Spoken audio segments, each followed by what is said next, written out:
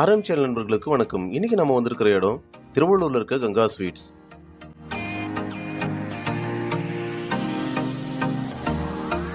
இப்போதான் very first time இங்கே நம்ம வந்திருக்கோம். இப்போது நம்ம இங்கே சாப்பிட வரல, பார்சல் வாங்கிட்டு போக தான் வந்திருக்கோம். இன்னைக்கு என்ன ஸ்பெஷல் மீல்ஸ்னு பார்ப்போம். சாம்பார், முட்டைகோஸ் கூட்டு, உருளை பட்டாணி பொரியல், வத்த குழம்பு, கீரை, ரசம், தயிர், ஊறுகாய், அப்பளம், சேமியா பாயாசம். மொத்தம் 30 பார்சல் ஆர்டர் பண்ணியாச்சு.